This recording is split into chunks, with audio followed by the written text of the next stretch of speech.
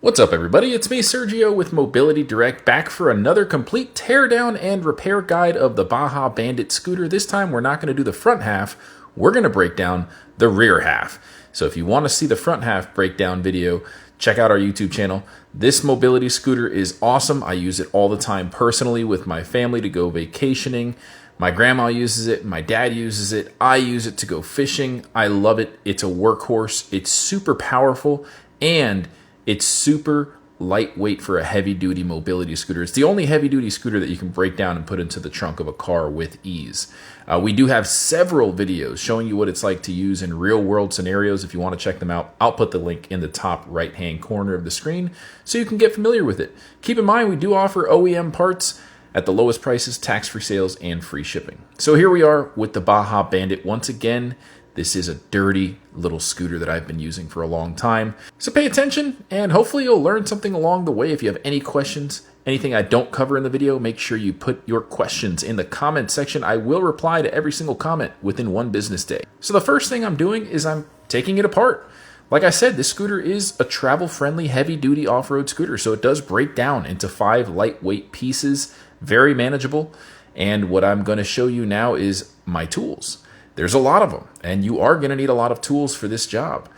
So for the back half, the first thing I'm going to do is take off the body panels, right? So we have the top piece, which in my case is a army green camo colored body panel. You do need to kind of take out 4 different screws by the rear handle, okay? There are 2 up high connecting the colored panel to the top, and then 2 down low holding the lights that are attached to the lower parts of the body panels. I do use a magnetic tray to keep all of my screws from falling underneath my workbench into the cracks and the crevices, and you should too. Now I'm taking out the next set of 2 screws, which are in the grooves there, right on the back half of the scooter, and then there's just 2 more, one on each side above the wheels towards the rear. So I'm trying my best to get a camera angle, but they are in an odd spot, and it's kind of hard to get the camera in there. So forgive me if you're not able to actually see the screws, but you should be able to get a good idea of where they are. The next thing you're going to want to do is remove the brake lever handle. It's just a little yellow rubber piece, a cap, remove that, and then everything should come right off.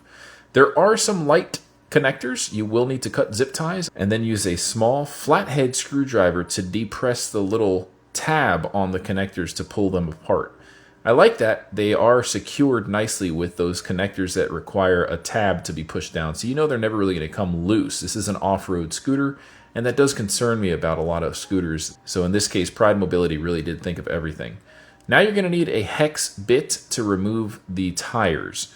Now, unlike the last video where you saw there were some discs for the manual brakes on the rear, there are no discs. It has an automatic braking system built into the motor, though, so you don't really need to use the front brakes ever. I never do.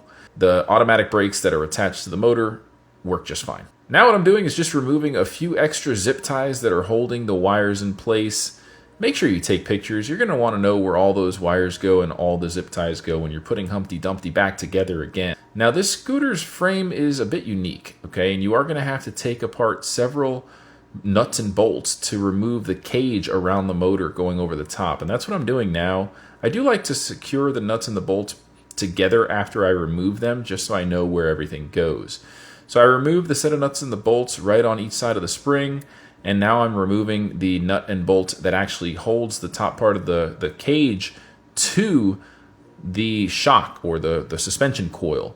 So just pull that out, and then you should have that entire top part of the frame with the power connectors should just come loose right after that.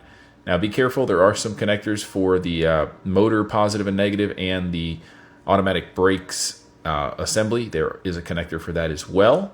But at this point, we're pretty much stripped down to the frame. All that's left is the transaxle and automatic brake assembly. So I'm just removing 4 nuts and bolts. And once I remove the last one, you're going to see that the motor just falls right off the bottom part of the frame. And there is a little brush guard underneath the motor. Some people don't like that.